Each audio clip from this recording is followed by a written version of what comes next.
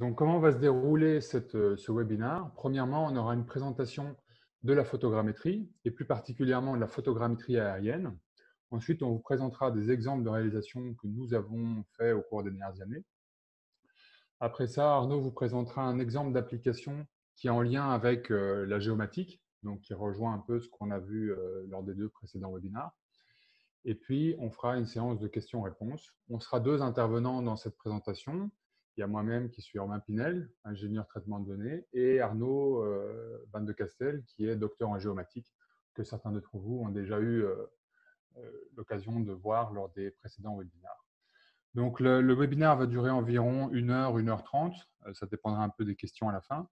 Comme vous avez pu constater, les micros vous ont été coupés pour ne pas intervenir à tout moment, ce qui en général rend le webinaire un peu confus. Donc, ce qu'on a préféré privilégier, c'est une interaction par chat. Donc, vous pouvez à tout moment intervenir s'il y a un problème par chat, s'il y a des petites questions par chat. Mais pour les questions qui nécessitent des réponses un peu plus abouties, on préférera les poser à la fin du webinaire. Donc, Arnaud vérifiera en temps réel le chat si jamais il y a un petit problème pour pouvoir éventuellement intervenir. Donc, sachez que ce webinaire est enregistré. Donc, si jamais certains d'entre vous doivent quitter le webinaire en cours ou n'ont pas eu une bonne connexion, etc., vous pourrez toujours le voir en replay. On vous échangera le lien d'ici quelques jours pour ce webinaire et les deux précédents pour ceux qui n'avaient pas pu assister aussi aux deux précédents sur la géomatique. Donc, alors, pour ceux qui ne nous connaissent pas encore, donc nous, on est Géolab, on est un bureau d'études spécialisé en topographie et en géomatique. On est basé à La Réunion. On intervient aussi dans l'océan Indien et parfois dans d'autres pays. On assure principalement de l'acquisition de données, surtout des acquisitions de données spatiales, par exemple topographiques, de l'analyse et de la valorisation de données, et dans divers secteurs d'activité. Donc, à savoir, on travaille pour l'industrie du BTP, pour l'environnement, pour de l'architecture, du patrimoine, pour des collectivités publiques, notamment pour leur gestion foncière. Donc, on est trois associés chez Géolab. Donc, on a Romain Mazué, qui est, lui, ingénieur topographe et qui s'occupe principalement de tout ce qui sont les aspects relevé topographique et conception de plan. On a Arnaud Van de Castel, qui est ici parmi nous, qui, lui, est le responsable développement informatique de Géolab, donc tout ce qui est développement de solutions carto, et qui dispense également des formations en géomatique. Et nous avons moi-même, qui suis Romain Pinel, donc ingénieur de formation et responsable traitement et analyse de données, principalement sur les données photogrammétrie, où je réalise tout ce qui est acquisition aérienne par drone et puis après tout le traitement, la conception des livrables, etc. Donc c'est pour ça que c'est moi aujourd'hui qui interviendrai pour vous présenter ça, parce que c'est un peu mon domaine d'expertise chez Géolab. Donc notre expertise, elle peut en résumé se catégoriser en 4 grandes catégories. Donc, on fait de la topographie terrestre et aérienne, notamment avec des relevés par instrument type antenne GNSS, tachyo, relevé laser, et par photogrammétrie aérienne, c'est ce qu'on va voir aujourd'hui. On fait de la modélisation 3D aérienne, terrestre et sous-marine. Donc aujourd'hui, on verra surtout aussi un peu la modélisation 3D aérienne. Donc ça se fait par photogrammétrie, et pour les relevés terrestres, on peut faire aussi par lasergrammétrie, donc par scan, comme certains d'entre vous connaissent. On fait aussi de la modélisation 3D sous-marine, mais on ne va pas en parler ici, ce n'est pas le cadre de cette présentation. Ensuite, on fait du développement informatique et de la géomatique. Donc, c'est ce que vous avez pu notamment voir sur les précédents webinaires. Avec ici, nous, on fait de la conception de solutions carto, aussi bien des solutions web, des applications mobiles, des solutions sur serveur ou de développement d'applications bureautiques, et puis tout ce qui est lié au système d'information géographique. Enfin, sur ces différents secteurs, on fait de la formation et de la consultance, notamment beaucoup de formations en géomatique et aussi en photogrammétrie. Donc, tout ce qu'on va vous présenter ici, on donne des formations aussi beaucoup plus poussées sur 4 jours environ de photogrammétrie. Et donc, on fait aussi du conseil, de l'accompagnement personnalisé pour des personnes ou pour mettre en place, par exemple, des cellules géomatiques ou drone photogrammétrie dans des entreprises. Donc, pour passer plus concrètement sur le contenu de la présentation du jour, je vais vous présenter un peu ce qu'est la photogrammétrie. Donc, la photogrammétrie, c'est une discipline qui consiste à déterminer la forme et les dimensions d'un objet ou d'une scène à partir de photos prises sous différents angles. Donc, on va pouvoir, à partir d'un ensemble de photos prises sur différents angles, reconstituer en 3 dimensions éventuellement un objet et pouvoir y faire toutes les mesures et les dimensionnements qu'on peut faire sur des modèles 3D. Donc, un bref petit historique de comment on est arrivé à la photogrammétrie d'aujourd'hui. Donc, c'est vers le milieu du 19e siècle que Aimé Locéda, un Français, qui a commencé à utiliser la photographie à partir de ballons. Donc, il montait dans un ballon et prenait des photos de villes. Et, pardon, non, Aimé Locéda, c'est un militaire, excusez-moi, c'est un militaire qui a commencé à faire des photographies sous divers angles et à pouvoir mesurer des côtes de bâtiments, etc., à partir de triangulations géométriques à partir des photos. C'est une dizaine d'années plus tard que Nadar, Félix Tournachon, lui, un photographe français, a commencé à cartographier des villes en faisant des prises de photos par ballon. Donc, il prenait des photos, notamment de la ville de Paris, des photos aériennes, et tout de suite, les applications militaires ont commencé à se faire sentir dès ses débuts. Ensuite, c'est fortement l'Allemagne qui a développé la technique de la photogrammétrie, donc avec une formalisation de tous les concepts théoriques, les calculs mathématiques, etc., ont été fortement développés en Allemagne. Et puis, entre les 2 guerres mondiales, avec le développement de l'aviation, c'est là que cette technique de photogrammétrie a vu son fort développement avec le développement de l'aviation civile, enfin l'aviation militaire. À partir de la fin de la Seconde Guerre mondiale, donc dans les années 50, c'est là où les pays ont commencé à faire des cartographies de pays entiers. Donc c'est là, par exemple, que l'IGN a commencé à faire ses campagnes de cartographie orthophoto de toute la France. Et à partir de ce moment-là, l'expansion a été dans tous les secteurs d'activité et a été relativement mondiale. Ensuite, on a récemment, avec l'essor du développement de la photographie numérique et l'augmentation de la puissance de calcul des ordinateurs, on a la photogrammétrie numérique qui s'est développée avec aujourd'hui une multitude de moyens d'acquisition, on va en voir, et de logiciels disponibles pour pouvoir faire cette photogrammétrie à partir de photos numériques. Donc, elle peut se faire à partir de photos qui sont prises à partir d'un appareil terrestre, un appareil classique, comme on connaît tous, soit à partir de cages 360, où on a un ensemble d'appareils photo qui sont positionnés à des endroits bien précis et qui vont à un instant T prendre simultanément toutes les photos. C'est utile notamment pour les objets qui bougent, comme par exemple pour numériser une personne. On peut faire de la photogrammétrie par des moyens aéroportés, par des drones, des avions, des hélicoptères, c'est ce qu'on verra notamment ici. On peut faire de la photogrammétrie aussi par satellite, par robots sous-marins ou bateaux drones, avec des appareils photo qui sont montés dessus. Et on peut aussi faire de la photogrammétrie par véhicule. Il y a plein d'autres moyens de faire de la photogrammétrie, notamment par exemple il existe de la photogrammétrie qu'on fait à partir de photos de microscope. Donc c'est possible de faire, du moment qu'on ait des photos prises sous divers angles, on peut faire potentiellement de la photogrammétrie.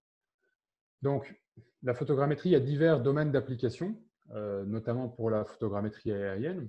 Donc, tout ce qui va être environnement, par exemple, pour de l'étude de l'évaluation des risques naturels, pour du suivi de plantes envahissantes. On fait parfois, ici à La Réunion, des relevés de ravines ou des relevés de forêts pour voir justement les envahissements par des plantes. C'est un problème très classique ici à La Réunion. Et donc, on peut, par photogrammétrie, suivre comme ça ces envahissements. On fait aussi de la modélisation du corail. Nous, on accompagne une thèse de doctorat sur l'étude du corail par photogrammétrie, des récifs coralliens et de leur structure 3D par photogrammétrie. On peut aussi utiliser la photogrammétrie dans tout ce qui est le domaine de la construction et du foncier pour des suivis de chantier, des études cadastrales, dans le domaine des carrières pour faire des relevés topographiques, on en verra un exemple. Donc aussi pour de l'architecture et du patrimoine, pour numériser des objets ou des monuments. On peut aussi l'utiliser dans l'agriculture avec d'autres capteurs que des capteurs visibles. On peut générer des cartes qui permettent d'identifier des maladies, des dégâts, estimer des rendements, etc. Donc les applications sont assez variées. En ce qui concerne le principe général de la photogrammétrie, il repose sur le concept de la stéréoscopie. Donc la stéréoscopie, c'est ce qu'on a tous en nous, c'est ce qui nous permet à notre cerveau de pouvoir positionner les objets en 3D avec la vision. Donc en fait, notre cerveau connaît, si on veut, l'écartement de nos 2 yeux, et donc à partir de vues de 2 yeux qui ont des angles de vue différents, le cerveau arrive à calculer la position la profondeur en fait, des éléments qu'il voit. On connaît bien l'exemple où quand on ferme un œil, on a du mal à estimer la profondeur des éléments qu'on voit. Eh ben, c'est parce que le cerveau, lui, utilise justement l'aspect différent d'un œil à l'autre de ce qu'il voit pour pouvoir reconstituer en 3 dimensions la profondeur des objets qu'on voit. Et donc, le principe est le même en photogrammétrie, c'est-à-dire qu'à partir de photographies dont on connaît la position, on peut potentiellement retrouver la position et la profondeur dans l'espace des éléments qui sont visibles sur les photos. Donc, si je regarde le schéma qui est présenté à droite ici, donc à partir de 4 photographies, dont certains points, les 2 points rouges ici par exemple, qui sont reliés par des rayons, sont visibles sur plusieurs photos prises à différents angles de vue. Donc, la caméra a été déplacée à 4 endroits différents. Comme ces points sont positionnés à des endroits différents, les 2 points rouges sur chacune des photos, on arrive à potentiellement retrouver la profondeur, si on connaît la position des appareils photo, retrouver la profondeur des points rouges. Comme nos 2 yeux, il arrive à retrouver la profondeur des différents points. Un logiciel de photogrammétrie va arriver à recalculer la position et la profondeur des points qui sont visibles dans les différentes photos. Et inversement, le logiciel peut aussi retrouver la position de photos les unes par rapport aux autres à partir du contenu visuel qui va être visible sur les photos. C'est ce qu'on appelle l'aérotriangulation. Donc, si on regarde un autre exemple, mettons qu'il y a un pot de fleurs qui est présent au niveau de la boule verte sur la figure du dessous. Les 2 photos de gauche ont un aspect sur le pot de fleurs et la position du pot de fleurs et les différents éléments du pot de fleurs qui le constituent sont relativement similaires d'une photo à l'autre. Alors que sur la photo de droite, la position du pot de fleurs et tous les éléments qui la composent vont être situés de façon d'une autre configuration sur la photo de droite. Ce qui fait qu'un logiciel de photogrammétrie va pouvoir, comme ça, savoir que les 2 photos de gauche étaient proches côte à côte, alors que la troisième était prise sous un autre angle un peu plus séparé. Et donc, c'est cet ensemble d'aérotriangulation et de calcul de profondeur des points des photos qui permet en fait de recréer en 3 dimensions par photogrammétrie numérique. Donc, traditionnellement, comment ça fonctionnait? À partir de photos aériennes, donc de couples de photos aériennes, on les mettait dans un appareil de restitution, qui était une grosse machine qui ressemblait un peu à ça. Et donc, un opérateur avait une sorte de binoculaire avec un œil de chaque côté, et chaque œil voyait une des 2 photos. Donc, les 2 photos étaient prises à des angles différents. Et l'opérateur voyait dans chacun de ses 2 yeux l'une ou l'autre photo, ce qui est un peu comme le principe des cinémas en 3 dimensions qu'on connaît aujourd'hui. Avec un œil qui voit un point de vue différent de la scène, on peut voir en 3 dimensions. Et donc l'opérateur pouvait ainsi dessiner, numériser la scène qu'il voyait en 3 dimensions à partir de cette vue stéréoscopique qu'il voyait dans cet appareil de restitution.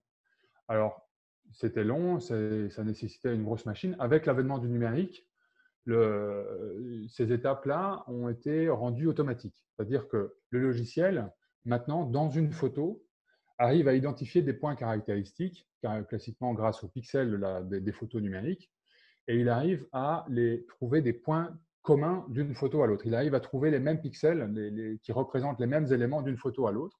Il corrige aussi les distorsions, à savoir que quand on fait des photos avec un appareil photo non calibré ou avec un appareil photo relativement grand public, on a des distorsions qui sont liées à l'objectif utilisé, et les logiciels vont permettre de calculer et de corriger la déformation qui est induite par les distorsions de l'appareil photo. Et enfin, à partir de ces points et de correction de distorsion, le logiciel va faire l'aérotriangulation.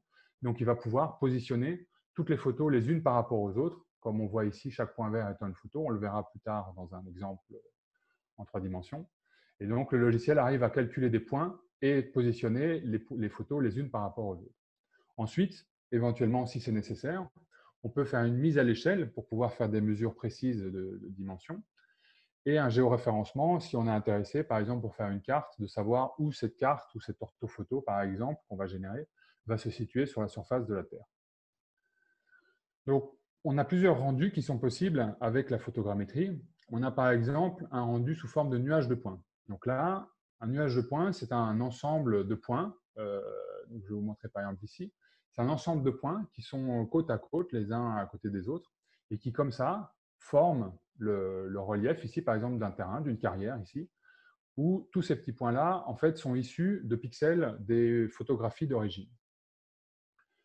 C'est un modèle discontinu. On voit qu'entre les points, il y a des trous, le noir, là. Donc, c'est un modèle qui représente bien le terrain, mais qui n'est pas un modèle continu. On a bien ici des trous entre les points. Ici, on a par exemple d'autres exemples, une minoterie, donc un petit moulin à grains qui a été numérisé, une maison maître, ici, on le verra plus en détail plus tard. Ici, l'usine sucrière de Pierrefonds, pour ceux qui sont à La Réunion et qui voient de quoi il s'agit, qui permet après, ce type de nuage de points permet de numériser les différents éléments. Donc, on peut tracer dans la 3 dimensions des polylignes pour pouvoir numériser après les différents bâtiments et les différents éléments. On a d'autres exemples comme le pont de la rivière de l'Est ou une culée du pont ferroviaire de l'étang du Golfe qui ont été numérisés comme ça sous forme de nuages de points. Un autre rendu qu'on peut avoir, c'est une forme de maillage. Donc un maillage, c'est différent du nuage de points parce que le maillage va être un modèle en 3 dimensions fermé, si on veut, c'est-à-dire qu'il n'y a pas de trou entre les points. Le logiciel, en fait, va entre les 3 points les plus proches qu'il va trouver, il va créer un petit triangle et de proche en proche, comme ça, on aura une surface complète et qui peut donner, par exemple, des objets fermés. On peut comme ça calculer des volumes d'objets fermés. Et ces modèles de maillage, ou mesh en anglais, peuvent être texturés ou non. Donc le logiciel va pouvoir, sur les triangles qu'il a calculés dans la 3D, appliquer des textures, comme par exemple ici sur l'usine sucrière qu'on voit en premier, des textures qui sont issues des photos d'origine, des photos qui ont permis de faire le modèle. Donc les petits triangles que le logiciel va calculer vont être texturisés à partir des photos. Donc voilà, typiquement, le maillage texturé ou les meshes servent plutôt pour de la visualisation, pour des rendus visuels jolis, mais sont généralement un peu moins précis, parce qu'ils sont décimés. On réduit le nombre de triangles pour qu'ils soient plus légers. Donc, on va privilégier les nuages de points pour faire des mesures précises, et les maillages texturés vont plutôt être utilisés pour de la visualisation ou éventuellement des calculs de volume. Ce qu'on fait, nous, par exemple, c'est sur des colonies coralliennes, on fait des maillages texturés de colonies et après, on ferme leur base. Donc, les modèles sont clos et après, on peut calculer comme ça le volume que représente une colonie corallienne. Un autre des rendus qui est possible avec la photogrammétrie, et ici, dans le cas de la photogrammétrie aérienne, ce sont les modèles numériques de surface ou d'élévation, c'est la même chose, qui sont en fait des représentations de l'élévation du terrain. Donc là, ce sont généralement des fichiers images, donc des fichiers raster en fait, sur lesquels chaque pixel de l'image a une dimension, donc représente une surface au sol. Et en plus, chaque pixel, au lieu qu'il soit assigné une information de couleur, il va être assigné une information d'altitude. Donc, chaque pixel de l'image aura sa position x, y et une position z d'altitude, et sur lequel, dans certains logiciels de visualisation, on peut appliquer un gradient de couleur sur base de cette élévation, de cette altitude. Et donc, on a comme ça, par exemple, si je prends l'image en bas à gauche, on a sur le pont de la rivière de l'Est, par exemple, on voit que le bleu sont des points, des pixels qui sont beaucoup plus bas que les points qui sont en rouge, qui sont sur les deux berges, et puis on a le pont au centre qui est en rouge. Et donc, on voit bien ici, le gradient de couleur a été appliqué en fonction de l'altitude des points. On a un autre sur la droite, ici, on a un tracé de profil et des courbes de niveau sur un relevé bathymétrique qui a été fait par photogrammétrie. Et donc, là, on peut tracer, comme le trait jaune l'indique, là, on peut tracer un profil et sur lequel on voit l'élévation tout le long du profil sur un fichier raster, donc un fichier comme une image composée de pixels. Alors, pour ceux qui sont plus familiers avec les modèles numériques de terrain, les MNT, la différence entre un modèle numérique de surface ou un modèle numérique de terrain, MNE ou MNT, la différence, c'est qu'un MNE va représenter tout ce qui est visible du terrain et les objets qui sont présents sur le terrain, par exemple des bâtiments, des véhicules, de la végétation, etc. Alors qu'un modèle numérique de terrain est uniquement le terrain, donc les objets n'y sont pas présents. Alors, dans certains cas, quand les terrains sont nus et qu'on fait des relevés par photogrammétrique, le modèle numérique de l'élévation correspond au modèle numérique de terrain, puisqu'il n'y a pas d'objet dessus, donc on est tout de suite sur le terrain. Par contre, quand on a des objets, il va falloir, si on veut obtenir un MNT, faire ce qu'on appelle du nettoyage de points. Donc, on va enlever tous les points, tous les éléments en fait, qui correspondent à des objets, des bâtiments, etc. Et le logiciel, après, va remplir les trous qu'on a fait en supprimant les objets pour les lisser d'un bord à l'autre, les interpoler, et comme ça créer un modèle numérique de terrain. Un autre rendu qui est possible et qu'on verra plus en détail aussi dans cette présentation, ce sont les orthophotographies. Donc les orthophotographies, c'est soit une photo, soit un ensemble de photos qui sont orthorectifiées. Donc l'orthorectification, c'est un processus qui permet, je vais vous montrer ici, qui vous permet de corriger en fait la perspective qui est induite par la prise de photo. En fait, quand on prend une photo, en fonction du point où a été prise la photo, on va avoir des effets de la perspective. Donc, si je prends par exemple une photo aérienne classique, donc sur le schéma en haut à gauche ici, enfin, au centre de l'image, on a sur une photo aérienne classique qui va être prise au centre de l'image, on va avoir les différents traits bleus représentent ce que ça prend, ce que ça capture comme photo, et en dessous la bande horizontale. Si je peux mettre un pointeur laser. Ici, je ne peux pas pointer en même temps zoomer, mais sur cette bande ici, on a la vue de la photo. Ici, on a la vue de profil. Ici, on a la vue d'en haut de la photo. Et donc, si je repasse sur mon zoom ici, voilà. Donc, quand on prend une photo aérienne unique, on va avoir, si on prend un bâtiment et qui se trouve au bord de la photo, on va voir ses façades. On va voir des façades. Par exemple, ici, sur un arbre, on va commencer à voir le tronc. Donc là, il y a des déformations qui sont liées à la perspective. Alors que sur une orthophoto, si je prends l'image de droite, cette photo ou cet assemblage de plusieurs photos va en fait représenter ce qu'on a photographié comme si elle était prise à l'aplomb en tous les points. Donc ça veut dire que sur la maison, par exemple, on ne va pas du tout voir les façades, on n'aura pas d'effet de la perspective. Donc l'orthorectification permet de corriger les effets de la perspective et les corrections, les distorsions aussi lenticulaires des appareils photo, comme j'avais déjà expliqué avant. Donc pour vous donner un exemple plus concret, par exemple sur la Tour Eiffel, voilà typiquement une photo aérienne classique et une vraie orthophoto orthorectifiée sur laquelle on voit bien que la flèche de la Tour Eiffel sur la photo aérienne classique, elle, elle est décentrée, elle n'est pas du tout au bon endroit par rapport à une vue à l'aplomb, alors que sur une orthophotographie, la flèche de la Tour Eiffel est bien présente au centre des 4 pieds. Donc, ce qui fait que si on voulait superposer une vue de dessus d'un plan de la Tour Eiffel, on aurait exactement, c'est parfaitement superposable. Un exemple plus local ici à La Réunion, pour ceux à qui ça parle, la médiathèque de Saint-Paul. Voilà sur la partie gauche un rendu de ce qui est l'orthophotographie de l'IGN. Donc l'orthophotographie de l'IGN ne fait pas ce qu'on appelle, pas rentrer dans les détails, mais de la true ortho, ce qui fait qu'on a des effets de la perspective qui apparaissent. On a typiquement ici une façade du bâtiment qui est visible, alors que sur une orthophoto que nous on a réalisée, qui est une true ortho, on n'a vraiment que la toiture, on n'a aucune des façades qui sont visibles. Donc voilà ce que c'est l'orthorectification, c'est vraiment de corriger tous ces effets de perspective. Donc des exemples, je vais enlever ce petit pointeur laser. Donc des exemples ici, par exemple sur la clinique des orchidées, sur lequel on a fait une orthophotographie de la toiture et qui permet de voir comme ça très bien les différents éléments qui composent cette toiture, les différentes tuyauteries de climatisation, etc. qui permettent ici, en fait, ça a été utilisé par des architectes pour planifier des opérations de rénovation et d'agrandissement de cette clinique. Ensuite, par exemple, un autre exemple sur ici, c'est l'étang de Saint-Paul, sur lequel on peut, comme ça, comme ces orthos sont géoréférencés, on peut suivre l'évolution de la végétation qui progresse ou pas d'une année à l'autre. On peut comme ça numériser en fait les différents types de végétation et faire le suivi de cette végétation. D'autres exemples qu'on verra aussi, ici c'est une section de l'orthophotographie de Saint-Paul avec son ponton, que certains connaissent, et enfin une orthophotographie ici d'un fond marin. Donc le principe est exactement le même, on peut à partir d'un ensemble de photos sous-marines prises à l'aplomb, faire comme ça une orthophoto qui peut être utilisée pour faire du suivi aussi de récifs coralliens. Donc ça c'est fait au banc des Lataniers ici à La Réunion, et on peut par exemple avant et après un phénomène cyclonique comparer le même endroit pour voir quel a été l'impact sur les récifs. Alors, je ne vais pas rentrer dans les détails ici, mais un autre rendu qu'il est possible de faire avec la photogrammétrie aérienne, ça va être des cartes d'indices. Donc, on peut, avec d'autres capteurs que des capteurs visibles, par exemple des capteurs infrarouges, des capteurs thermiques ou des capteurs multispectraux, on peut calculer comme ça des indices calculés sur les valeurs qui ont été enregistrées par les capteurs et potentiellement identifier des maladies, identifier des problèmes d'irrigation ou éventuellement ségréguer des types des espèces végétales l'une à l'autre à partir d'indices calculés sur ces informations.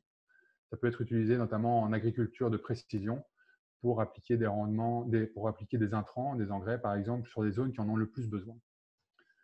Alors, la photogrammétrie aérienne, plus spécifiquement ici, comment ça se met en œuvre? Donc classiquement, pour faire des photos, il nous faut un ensemble de photos avec du recouvrement. C'est-à-dire que le recouvrement, si je prends ici un zoom sur l'image, le recouvrement ici, ça va être entre deux photographies qui ont été faites, par exemple ici avec un avion qui se déplace. Le recouvrement, c'est la partie commune qui va être illustrée, qui va être la partie qui va être commune entre les deux photos successives prises par cet avion. Donc voilà, c'est comme ça qu'on fait, en fait, le plan de vol ici qui est nécessaire pour faire l'acquisition photogrammétrique va être de faire des photos le long d'une ligne. Donc, si je prends le schéma central ici, l'aéronef, un avion ou un drone par exemple, va le long d'une ligne prendre des photos à un intervalle de temps ou de distance bien défini pour qu'il y ait du recouvrement, classiquement au-delà de 70% d'une photo à l'autre. Donc, il n'y a que 30% de différence entre une photo et la suivante. Et va comme ça se déplacer le long d'une ligne et faire un ensemble photo. Ensuite, l'aéronef va faire un demi-tour et une seconde ligne qui va, au sein de cette seconde ligne, également avoir du recouvrement, qu'on appelle le recouvrement frontal, donc au sein de la ligne, et qui va aussi avoir du recouvrement latéral par rapport à la ligne précédente. Donc on a également du recouvrement qui est nécessaire au sein d'une même ligne et après d'une ligne à l'autre. Et donc on a après comme ça un vol, on a classiquement un vol en forme de grille. Et typiquement, par exemple, pour vous donner un exemple un peu plus récent, enfin, une illustration récente, c'est qu'en cette période de confinement, on voit sur des applications de suivi en temps réel de vol d'aéronefs, on voit par exemple ici en métropole des plans de vol d'aéronefs, d'avions qui font des vols en forme de ligne comme ça parallèle, et on peut fortement se douter qu'ils sont en train de faire de la photogrammétrie ou éventuellement des relevés LIDAR, parce qu'on peut, pour les relevés LIDAR, pour ceux qui connaissent, c'est un peu le même principe de balayage en forme de ligne. Et donc voilà, en ce moment de confinement où il n'y a personne quasiment dans les rues, etc., c'est un bon moment pour avoir déjà l'espace aérien qui est relativement dégagé, et en plus, les rues sont dégagées, il n'y a pas beaucoup de trafic, etc. Ça donne des rendus photogrammétriques qui sont relativement intéressants. Alors, pour vous illustrer plus spécifiquement le recouvrement des photos, voici ici une série de photos qui ont été prises ici par un drone et sur lequel, si je regarde, ça se lit, ça se lit de ligne en ligne. Hein. Donc, la première ligne et puis la seconde et la troisième. Donc, si je regarde par exemple la première photo, on commence à voir en haut apparaître un élément qui, sur la seconde photo, on voit qu'il y a 2 engins, sur la troisième, il y en a 4, etc. Et donc, on voit bien que, en fait, ce sont des photos qui ont été prises au sein d'une même ligne. On voit bien que les éléments sont visibles, ces 4 engins sont visibles sur plusieurs photos d'une même ligne. Et donc, ils sont visibles sur ici 5-6 photos avant de disparaître et l'aéronef continue son vol. Et sur la ligne suivante, ces éléments sont de nouveau visibles. On le verra sur un exemple plus concret. Donc, un autre aspect qui est important de prendre en compte quand on fait de la photogrammétrie aérienne, c'est la résolution d'échantillonnage. Donc, la résolution d'échantillonnage, elle se mesure en centimètres ou centimètres par pixel. Donc, ça va être la surface qui va être échantillonnée au sol par un pixel de la photo. Donc, quand les photos vont être prises depuis l'aéronef, chaque photo est composée de pixels, les photos numériques, et en fait, chaque pixel échantillonne une surface au sol. Par exemple, si on dit une résolution de 5 cm, ça veut dire que chaque pixel est un petit carré qui, au sol, représente 5 cm sur 5 cm. Donc, si je regarde un exemple ici de différentes résolutions d'échantillonnage, si je prends l'exemple tout en bas à droite à 0,10 m, donc 10 cm, ici, on a une résolution qui est relativement fine. On arrive bien à distinguer les différents éléments de cette image, alors qu'au moins la résolution va être fine, au plus on va commencer à avoir les pixels. La pixelisation va être de plus en plus importante. Et donc, si je prends par exemple la voiture rouge ici, à 10 cm par pixel, on va avoir environ 200 pixels qui vont composer la voiture rouge. Donc, on voit bien ces détails, on voit bien les différentes fenêtres, etc. Alors que si on prend l'exemple juste au-dessus à 1,6 m, là, on va avoir un seul ou éventuellement deux avec l'ombre, 2 pixels, rouge et gris là qui représente la voiture. Donc, vous voyez bien que la résolution d'échantillonnage euh, est un bon indicateur de la précision après de ce qu'on va pouvoir y voir, ce qu'on va pouvoir numériser. Il y aura aussi une incidence, mais on ne va pas rentrer dans les détails, sur le géoréférencement de ces éléments. Après, au plus la résolution est fine, au plus vous en doutez, il faut des fichiers lourds de plus nombreuses photos pour générer ce type de rendu à haute résolution. Donc, de quoi dépend cette résolution d'échantillonnage? Elle dépend principalement de trois facteurs. La résolution de l'appareil photo. Donc, un appareil photo avec plus de mégapixels va, à une même hauteur de vol, enregistrer plus d'informations. Vous connaissez tous les appareils photo haute résolution. Quand on zoome, on a moins vite un aspect de pixelisation sur les différents éléments. Ensuite, il y a la distance focale. Donc ça va être le niveau de zoom en fait, de l'appareil photo. Donc, à une même résolution d'appareil photo, si je prends un appareil 20 millions de pixels, si on zoome dans l'image, on va échantillonner, la photo va représenter une plus petite surface, mais toujours avec 20 millions de pixels. Donc, chaque pixel va échantillonner une plus petite surface de ce qui est photographié. Et enfin, un peu comme le zoom, la distance entre l'appareil photo et la scène, au plus on va voler bas avec un appareil photo équivalent, au plus on va avoir une fine résolution, au plus on vole haut, au plus la résolution est dégradée. Alors, on peut être intéressé, comme je vous avais dit précédemment, à positionner ce qu'on va faire en photogrammétrie sur la surface du globe. Donc, c'est ce qu'on appelle le géoréférencement. Il y a deux techniques pour faire du géoréférencement, soit par une méthode directe, donc là, ça va être à l'aide de la position et l'orientation de l'appareil photo. Au moment de chaque prise de photo, elle est enregistrée, et après, le logiciel utilise cette position et cette orientation pour géoréférencer l'ensemble de ce qui va être généré par photogrammétrie. Ou on peut utiliser une méthode indirecte qui est généralement plus précise, qui est à l'aide de points connus visibles dans les photos, donc des points qui vont être positionnés au sol, typiquement des marques de peinture ou des plaques, des petites plaques en forme de cible de petits damiers.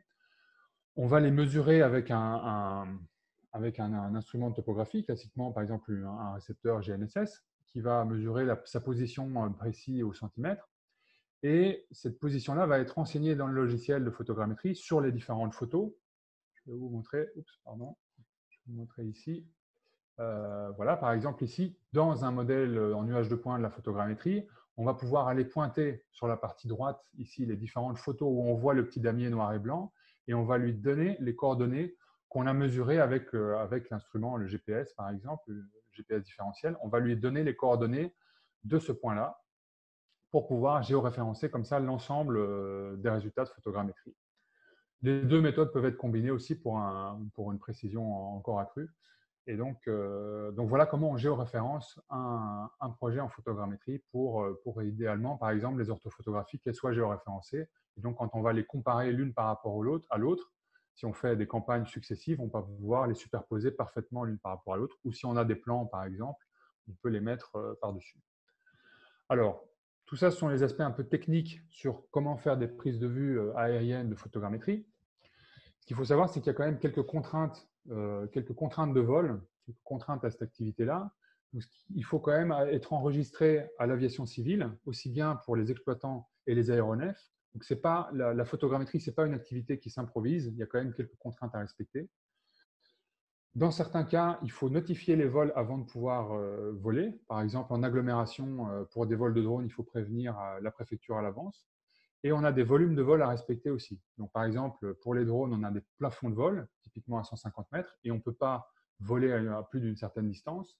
Et par exemple, si je prends un exemple des ULM ou les autres, les hélicoptères, ils ont un plancher de vol sous lequel ils ne peuvent pas descendre. Donc, on ne peut pas faire les vols comme on veut. Il faut quand même respecter ces différents volumes de vol. Ensuite, il y a des zones qui sont réglementées. On ne peut pas voler partout, n'importe comment. Donc, typiquement, par exemple, les agglomérations sont des zones qui sont plus compliquées, par exemple, à survoler en drone. Il y a des zones sensibles, par exemple, les zones des sites industriels. Il y a des sites, par exemple, pour les réserves naturelles, parfois, il faut obtenir l'autorisation de survol, typiquement en drone. On a aussi des zones, par exemple, des zones militaires sur lesquelles les prises de vue aériennes sont interdites. C'est quelque chose qu'il faut prendre en compte. On a des délais d'intervention. On ne peut pas intervenir toujours le lendemain. On a parfois des clients qui nous demandent des orthophotos pour le lendemain ou sur le lendemain. Ce qu'il faut savoir, c'est que dans certaines zones, par exemple, quand il faut des autorisations ou pour survoler, par exemple, en drone, les agglomérations, typiquement, là, il faut environ 5 jours ouvrables. Il faut environ une semaine avant de pouvoir intervenir. Donc, il y a quand même des contraintes réglementaires à respecter. Les conditions météo aussi, on ne peut pas voler en tout temps, notamment on a déjà eu des demandes en période de cyclone. Bon, quand il y a beaucoup de vent, c'est compliqué de voler.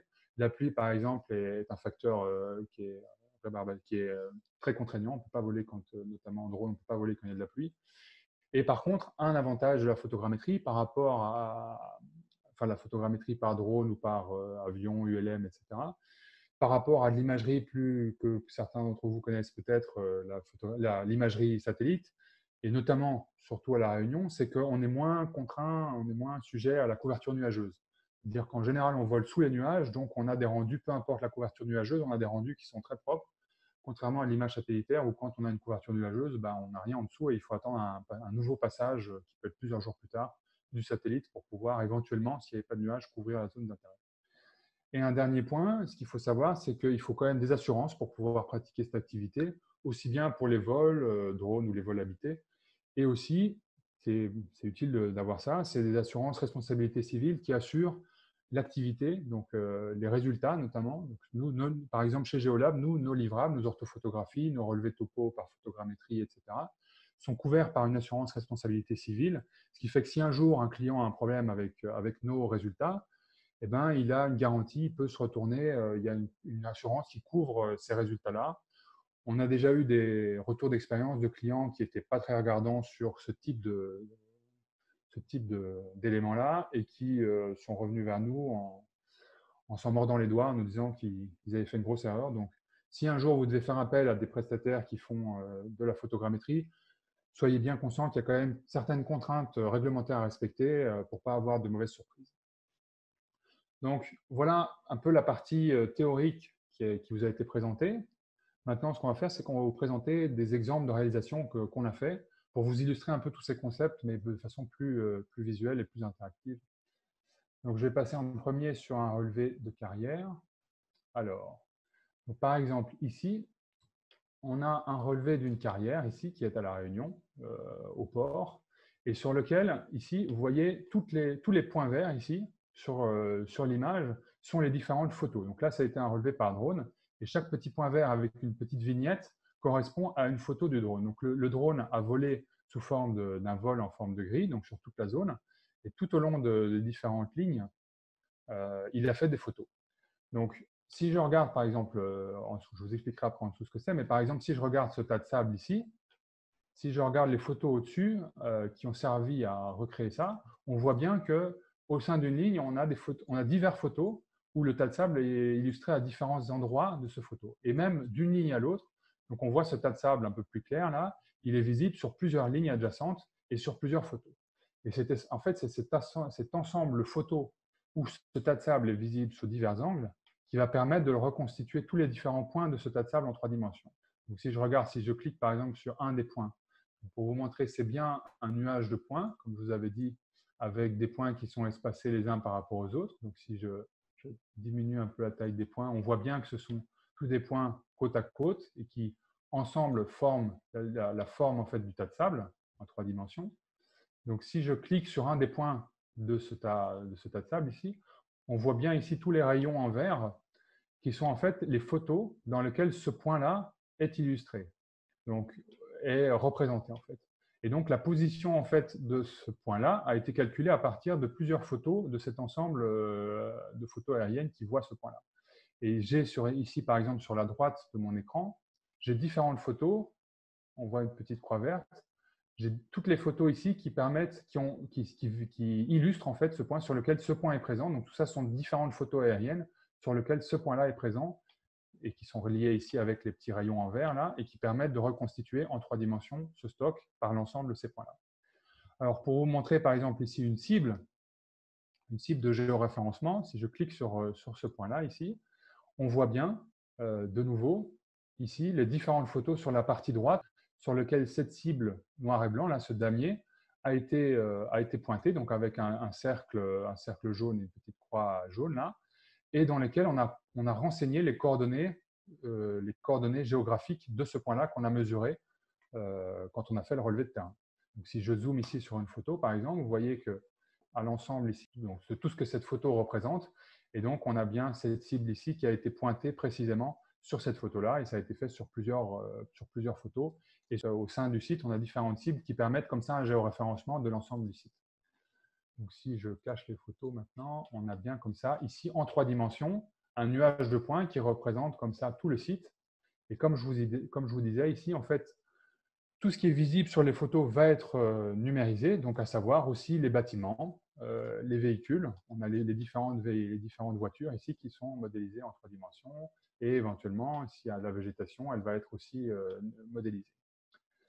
Alors pour vous montrer sur cette carrière-là, donc ça c'est le modèle en nuage de points, je vais vous montrer ici l'orthophotographie. Donc ici, voilà ce que donne l'orthophotographie, donc la vue vraiment projetée sur un plan de projection de l'ensemble des photos qui ont permis l'ensemble des photos de drone qui ont permis de faire cette photogrammétrie. Et donc on a, et je vais vous montrer ici par exemple sur la cible qu'on avait pointée tout à l'heure, on a une résolution relativement fine. On peut comme ça bien voir les différents blocs, les différents aspects. Si je zoome sur des zones différentes ici, on peut voir par exemple une clôture, on peut voir les différents éléments béton qui sont constitués, les différents véhicules ici. Donc, on peut comme ça, à partir de ce plan-là, de cette orthophotographie-là, qui est une vue en plan, tracer différents éléments. Si on doit faire un plan topographique, par exemple, des différents chemins qui sont illustrés, les différents éléments, les bâtiments, les différents stocks, par exemple, on peut comme ça très facilement délimiter la délimitation des stocks. Et on a aussi un modèle numérique de surface, comme je vous avais expliqué ce que c'est. C'est aussi un fichier image sur lequel ici le gradient de couleur représente l'élévation des points. Et donc, on a par exemple ici ce stock qui est plus rouge, qui a une couleur plus rouge par rapport à du vert, donc il est situé à un niveau plus élevé, et ça correspond bien à un stock ici qui a un tas de matériaux, et donc il est plus élevé. Et si je vais retourner le voir dans la 3D, ça correspond à ce tas-là qui est évidemment qui est effectivement bien plus haut. Donc voilà pour cet exemple de relevé de carrière. Je vais vous montrer ensuite ici, on peut générer à partir de ces résultats-là, notamment du nuage de points sur lequel on va supprimer tous les éléments, donc les véhicules, etc. On va pouvoir générer un modèle numérique de terrain. Donc ici, par exemple, voilà le modèle numérique de terrain qui est ici dégradé pour la facilité de calcul. Normalement, en photogrammétrie, on a une résolution qui est beaucoup plus fine que ça, mais ici, j'ai fait un modèle dégradé avec un pas de 1 mètre. Et donc ici, on a le modèle numérique de terrain qui correspond au relevé de cette carrière. Et si je compare ça, par exemple, à un autre relevé qui avait été fait, mettons, un an plus tôt, qui est ici en rouge, on peut comme ça comparer un relevé de terrain par rapport à un autre. Donc on voit que toute cette zone-là, par exemple, a été extraite. Donc il y a du matériau qui a été retiré. Et on peut comme ça calculer les volumes d'extraction d'une carrière, d'un état de carrière par rapport à un autre, calculer des hauteurs d'extraction, voir les zones où il y a du matériau qui a été déposé, où le second relevé est au-dessus du précédent relevé, et où les matériaux ont été enlevés. Donc voilà, typiquement, ici c'est une vision simplifiée, on fait des calculs plus poussés, mais c'est pour vous illustrer ce qu'on peut faire sur des relevés de carrière en photogrammétrie. Donc, si je reviens sur ma présentation ici, donc en relevé de carrière, un autre exemple ici, qui va être un exemple de patrimoine. On va passer dessus. Donc ça, pour ceux qui sont à La Réunion et qui connaissent, c'est le domaine de Maison Rouge, donc qui se situe sur les hauteurs de Saint-Louis, et qu'on a numérisé ici aussi en photogrammétrie. Donc là, pour lequel on a couplé des photographies aériennes. Donc si vous voyez au-dessus, on a toutes les photos qui sont les points verts là au-dessus, qui sont également des vols en gris au-dessus des toitures, parce que c'est surtout les bâtiments qui nous intéressaient ici. Donc on a des vols en gris par-dessus, et on a complété ça avec des photos prises au niveau du sol. Donc là, on a fait de la photogrammétrie terrestre combinée à de la photogrammétrie aérienne. Et donc, on a comme ça pu reconstituer aussi bien les parties visibles depuis les vues aériennes, comme les toitures, etc., qui, elles, ne sont pas visibles depuis le sol, combinées avec des bonnes vues terrestres des différentes façades, etc. Et si je désactive les photos, vous allez voir ici à quoi ressemble une numérisation ici en nuage de points de nouveau de la maison maître du domaine de Maison Rouge ici. Donc on voit un rendu sur lequel ici on peut tout à fait soit numériser différents éléments, les fenêtres, etc., soit faire un rendu plutôt visuel qui va être utilisé pour de la communication par exemple, ou pour des architectes qui voudraient éventuellement faire un projet de rénovation de ce bâtiment-là. Donc, d'autres exemples ici, par exemple, d'orthophotographie qu'on a réalisée. Par exemple, une orthophotographie qu'on a fait à Pierrefonds, qui représente à peu près 80 hectares ici. Une orthophotographie à Sainte-Marie. Donc, toutes ces 4 orthophotographies qui vous sont présentées là ont été faites par ULM parce que les contraintes de vol, notamment par exemple ici sur Sainte-Marie, ici à Pierrefonds, c'est parce qu'on est à proximité, c'est une grande surface et on est à proximité de l'aéroport de Pierrefonds et sur lequel les vols de drones pour faire ce type de surface prend plusieurs heures et c'est compliqué de mobiliser l'espace aérien sur plusieurs heures au niveau de l'aéroport de Pierrefonds. On a des prises de vue ici sur Sainte-Marie, par exemple, une orthophotographie d'une partie de Sainte-Marie, ici sur lequel, là, un vol de drone, par exemple, n'aurait pas été possible, donc c'est pour ça que ça a été fait par ULM.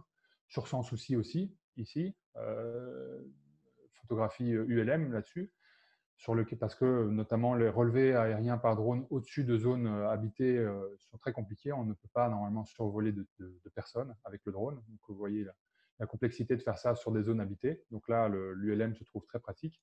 Ou par exemple, quand le chantier de la NRL était encore en activité forte, notamment sur la construction des digues, on faisait les relevés des digues tous les mois, on faisait les relevés. Et comme ça, on pouvait comparer les orthophotos d'un relevé à l'autre. Et là, l'ULM était pratique parce que sur cette zone-là, on a souvent beaucoup de vent et le drone, parfois les vols de drone sont compliqués, alors que l'ULM peut résister beaucoup mieux aux différentes contraintes de vent. Alors, pour vous parler un peu, revenir sur la question de résolution, donc on a ici une orthophoto de 80 hectares sur lequel, en fait, la résolution ici est de 5 cm par pixel.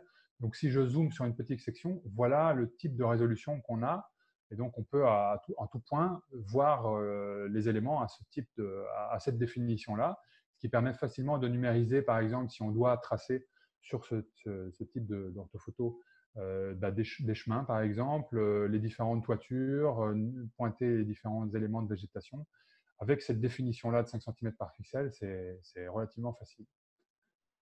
Un autre exemple de résolution sur la rivière des Remparts. Donc, on a fait une orthophoto ici par drone de 600 hectares sur plusieurs jours. Donc, à peu près du bas où il y a le site de concassage de matériaux jusqu'à peu près la source de Mahavel. Ici, si on zoome, on regarde une vue, à l'époque, on avait fait la vue satellite de Google Earth avait cet aspect-là. Donc ici, c'est le fond de la rivière où on voit une tache blanche au centre de l'image, mais on a du mal à voir ce que c'est. Et pour vous donner une idée, voilà ce que notre orthophotographie à 5 cm par pixel permet de voir. On voit bien que cette tache blanche ici est une voiture. On voit bien aussi tout le fond de la rivière, beaucoup plus précisément. On voit aussi la végétation est beaucoup mieux définie que sur l'image satellitaire, qui, soit dit en passant, n'est pas une orthophoto. L'image satellitaire a aussi des distorsions souvent, un peu comme je vous avais expliqué avec l'ortho-IGN, là où on voit les façades des bâtiments. Sur les images satellitaires, on a aussi ce type d'aspect-là, de problème-là. Un autre exemple ici de résolution, ça c'est sur une piscine municipale à Saint-Benoît, sur lequel voilà la résolution qu'on a sur une image satellitaire Google Earth, qui est environ à 50 cm par pixel. Donc on voit que c'est relativement flou, on a du mal à voir les différents éléments. S'il fallait tracer précisément les contours de cette piscine, etc., c'est un petit peu vague. Voilà l'orthophoto de l'IGN, donc qui a été faite en 2017 et qui elle est à 20 cm par pixel. Donc on commence à voir déjà beaucoup mieux, mais c'est quand même encore relativement pixelisé. Et si je compare par exemple par rapport à notre orthophoto qu'on avait réalisée qui est à 7 cm par pixel, vous voyez ici la résolution est beaucoup plus fine.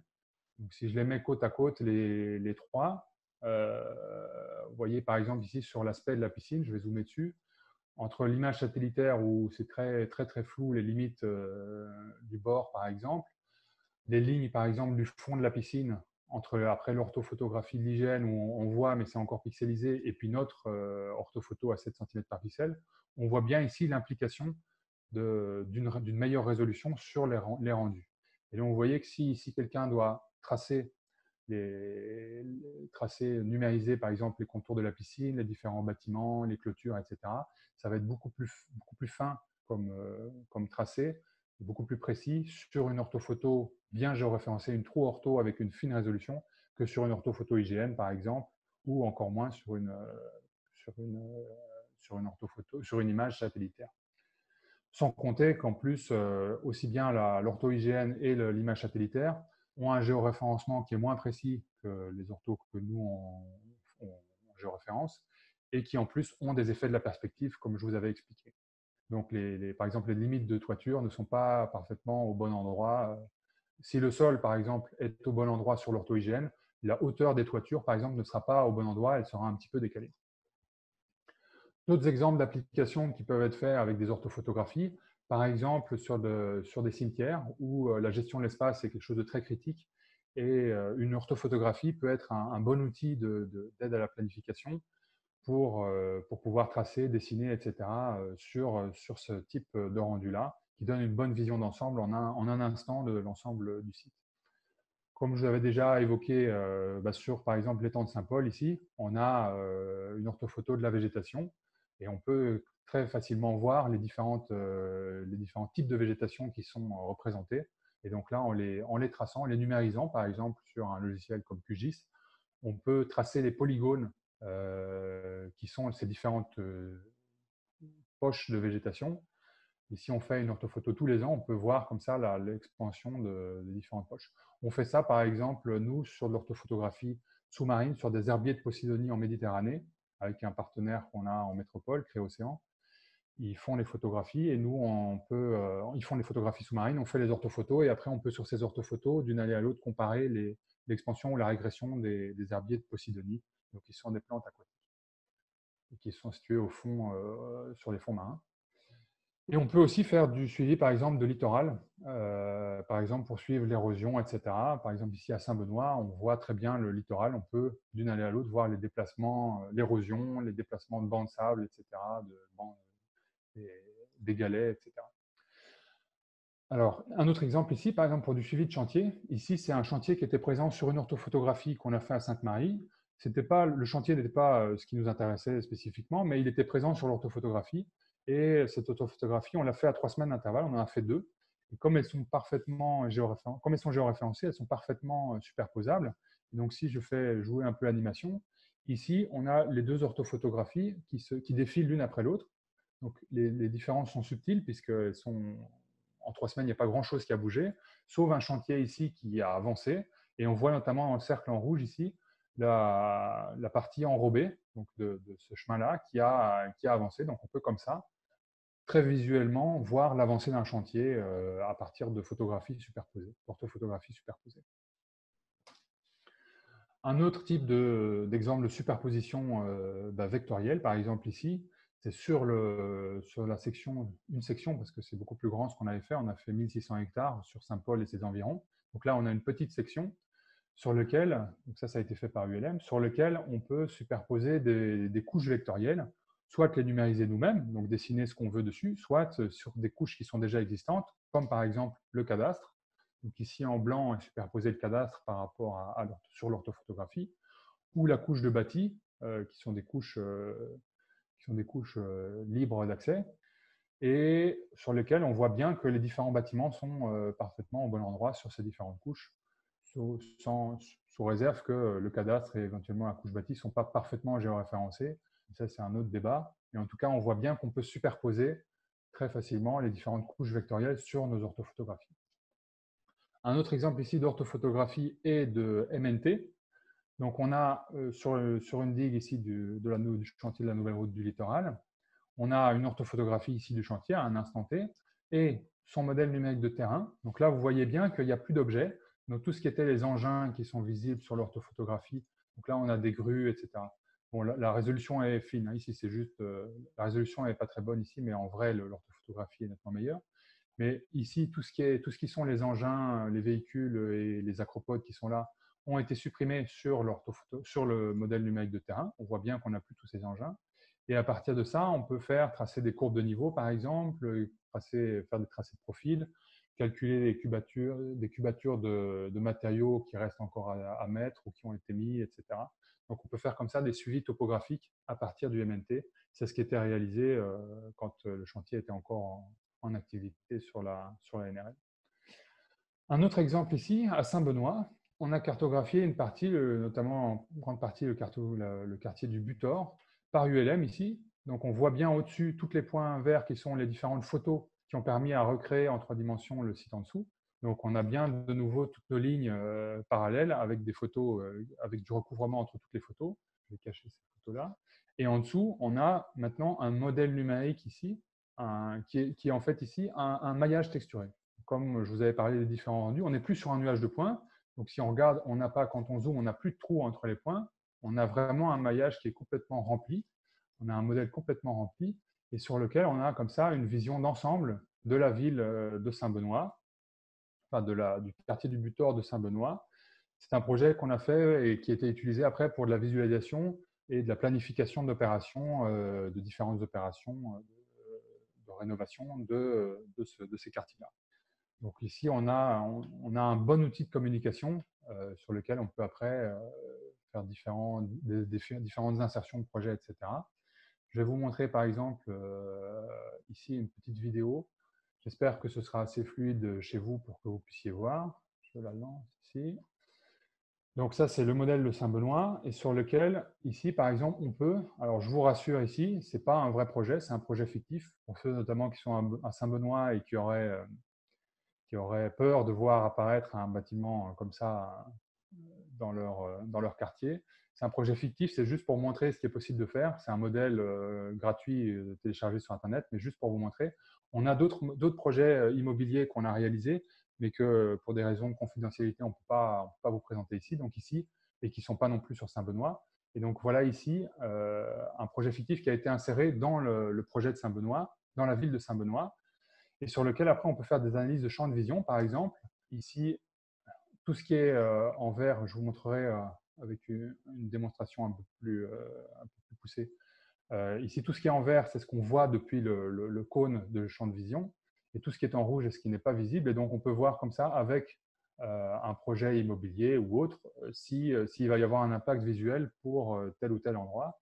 Et on peut faire aussi, par exemple, des analyses d'ombrage. On peut voir si un projet immobilier va avoir un impact sur les bâtiments environnants au niveau de leur ensoleillement. Donc, ici, je vais vous montrer, par exemple, sur ici la cartographie qu'on a fait de la ville de Saint-Paul. Donc, on a fait, comme je vous disais, 1600 hectares à peu près.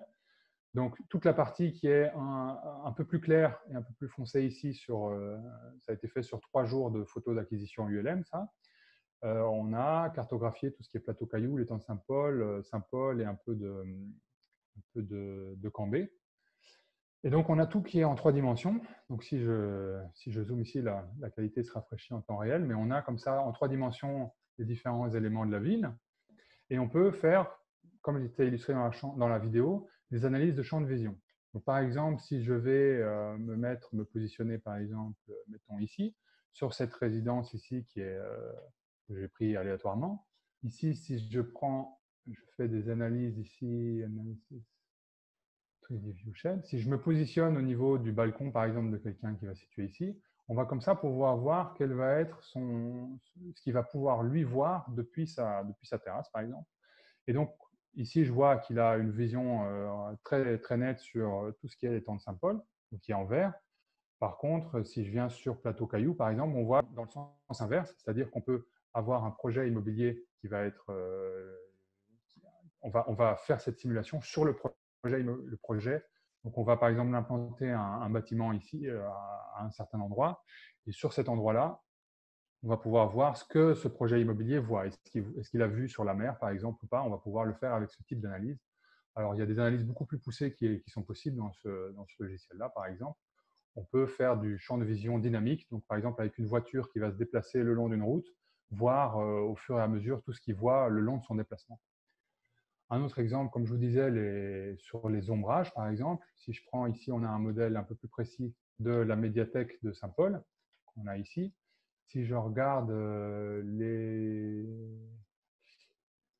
vais remettre ça ici, hop, les ombrages, donc par exemple, ici, je vais pouvoir faire jouer la date et l'heure sur ces 2 curseurs. Ici, voilà la date et ici l'heure. Je vais pouvoir voir quelle va être l'ombre déportée sur les différents bâtiments alentours de ce bâtiment-là. Donc, si par exemple, ici, je m'amuse à écraser la médiathèque, ici, par exemple, je vais pouvoir voir que les bâtiments qui étaient sur sa gauche, ici, étaient pas impactés, n'avaient pas d'ombrage, par exemple, le matin, vers les 9 heures, alors qu'avec le bâtiment, leurs bâtiments sont ombragés. Donc, voilà le type d'analyse qu'on peut faire sur une ville comme ça en 3 dimensions, numérisée par photogrammétrie. Donc maintenant, je vais passer la parole à Arnaud, qui va vous présenter notamment sur la ville de Saint-Benoît, sur laquelle on a fait l'orthophotographie que je vous ai présentée. D'ailleurs, je ne vous ai pas montré en détail l'orthophotographie, je vais peut-être vous montrer encore ça une seconde. Donc sur Saint-Benoît ici, si je passe sur la vue orthophotographie, donc voilà à quoi ressemble l'orthophotographie du butor de Saint-Benoît, sur lequel, si je zoome sur différents éléments, par exemple ici la distillerie de la rivière Dumas, on a une résolution très fine. Donc on peut voir les différents éléments qui composent cette orthophotographie. Ici, une balance de Cannes. Si je regarde d'autres éléments, par exemple, je vais passer sur différents quartiers, par exemple, où on va voir, la vue se rafraîchit, mais voilà, on a une résolution très fine. Donc là, si on doit numériser les limites des différentes toitures, c'est très facile de pouvoir tracer là-dessus, sur un logiciel de SIG ou sur AutoCAD. On peut importer ces orthophotos sur un logiciel de DAO comme AutoCAD et sur lequel on trace après les différents éléments. Montrer par exemple ici, pour ceux qui sont à La Réunion et qui connaissent les canaux bichiques. Donc, on les voit très bien ici. Pour ceux qui ne sont pas de La Réunion, je vous laisserai chercher sur Internet ce que c'est les bichiques, une spécialité culinaire locale. Et par exemple, ici, on a la vue de l'orthophoto de la piscine qu'on a vu tout à l'heure avec la comparaison des résolutions. On a voilà, une très bonne résolution sur les différents éléments. Donc, on a sur toute cette partie de la ville, on a ce type de résolution-là. Donc, je vais laisser maintenant la parole à Arnaud qui va vous présenter, sur base de cette orthophotographie-là, une application qu'on a développée pour un de nos clients. Arnaud. Bonjour à tous. Je vais prendre le partage d'écran maintenant parce qu'une des contraintes que la plupart de nos partenaires et clients rencontrent, c'est la volumétrie de ces données-là. Ici, la précision et la résolution des images font qu'on explose vraiment en termes de volume de données. Vous voyez, c'est le ratio que Romain disait. Plus on va descendre en résolution, meilleur va être l'image, mais également plus important va être le poids du fichier final.